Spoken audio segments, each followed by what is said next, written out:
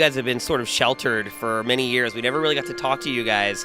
What's it like now sort of working for Microsoft and being able to sort of get out and talk about your games a little more than you used to?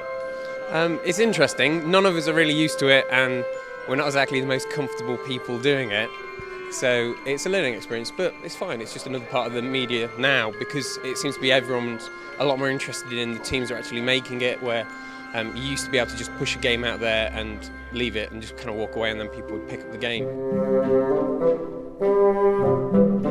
So you guys picked up an award last night for Viva Pinata. How do you feel about that? That's really good.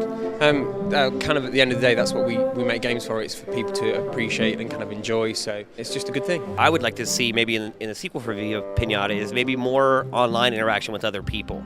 Did you guys have a more robust online features for the game, but maybe you had to cut them at the end other than just sort of sharing the items the way it's set up now? I think the trading was the most important thing that we wanted to do, and we didn't really want to kind of confuse the issue. It was just all about the trading, and that was the one thing we wanted to put all the emphasis on. Now, sequel. You think you guys are going to end up cranking out a sequel for Viva Pinata? You have sort of the animated cartoon on TV now. It's sort of turning into this massive brand versus just a video game. Are you guys going to continue on with the series? Absolutely. We're going to continue on with the series. I mean, we've got, as you said, we've got the cartoon and we've got toys coming out and things. The team's kind of just sitting back now and relaxing kind of after the game. So we're still working out what we're going to do next.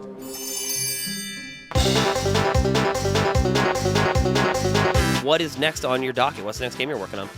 Well, I've actually now moved over onto the Banjo team, so I'm kind of like helping them and creating the world, the new kind of Banjo world, so it's going to be interesting. And when you say new, is it going to be a lot different than what we're used to with the game? Well, no, it's still going to be the same characters, it's still going to be the same thing. It's just, obviously, it was so many years ago that Banjo was around. We've got a lot of technology and a lot of new things to kind of try and pour into that world, so that's what we're trying to make it a richer place now. Now, do you see the new Banjo as a continuation of the series, or is it going to be something to sort of that starts off on its own and starts sort of a new series? It's all part of the whole Banjo thing. It's still the same characters and the same thing, so it's a game for the people that appreciated the game years ago, and also new people that are kind of coming to the 360. Grunty going to return? You'll have to wait and see. Well, we've killed her like 3 times now, and she always seems to come back, so maybe I should just assume that she is going to be back. Maybe. You can't have a Banjo game without Grunty, right? Yeah, I suppose.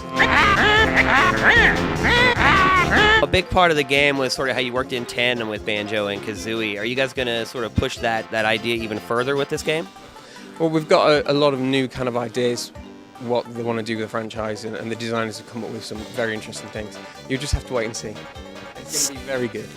Stop and swap? Not that again.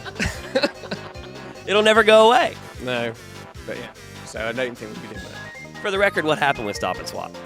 I'm not actually sure about the whole logistics of it, but kind of like pulling cartridges out and sticking other cartridges in. I think they've just decided in the end that it probably wasn't a brilliant idea.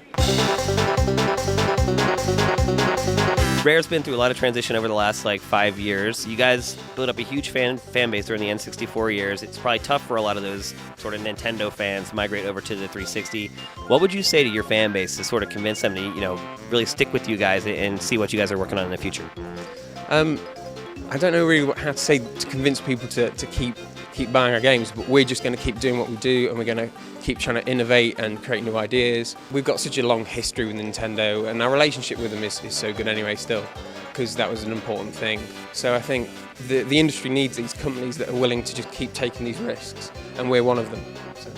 And you have a company that's willing to let you take the risks, right? Absolutely. That's the brilliant thing about Microsoft, where they've got so much backing we have with them that they kind of just say, just go and do something interesting.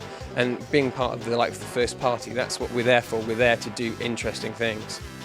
And hopefully other people will follow. Do you sometimes feel like you're fighting an uphill battle, though, trying to create sort of family-friendly games for the 360, a platform where it's, mostly 35-year-old dudes, shooting each other online in Gears of War or something like that? Like your games don't seem like a perfect fit for that platform. Do you guys ever sort of get frustrated and be like, man, if we could just make games for Nintendo platforms again where they sort of have that built-in audience? You ever think about that? I think it's more interesting that we're trying to do the same kind of thing on the 360, because we're going to try and build that audience. And the 35-year-old guy, he's got to have a kid someday, so... Now, the Stampers have left Rare. How do you think that that's going to impact you guys in the long run? It sounds to me like they came up with a lot of the concepts for your games, but how do you think that's going to affect you guys long term? I don't think it's going to be kind of too bad because we've got all our old directors that are still there. I mean, Greg Males, he's been at the company longer than I know, and there's Mark Bettridge who's now there. I think he was the first employee that the Stampers ever had. So of course, we're all still the same kind of group and the same family. Now, how was the company run while the Stampers were there? Did they have final approval? Did they have their stamp of approval to put on every idea, or were they did they let you guys sort of run with your ideas? They kind of just let us go. I mean, obviously they had their own pet projects. It's like Viva Pinata was Tim's kind of baby that he kind of started the ball rolling. So he'd always come down and be interested to see how we were doing with it. But he kind of pretty much stood back and let us do our own thing.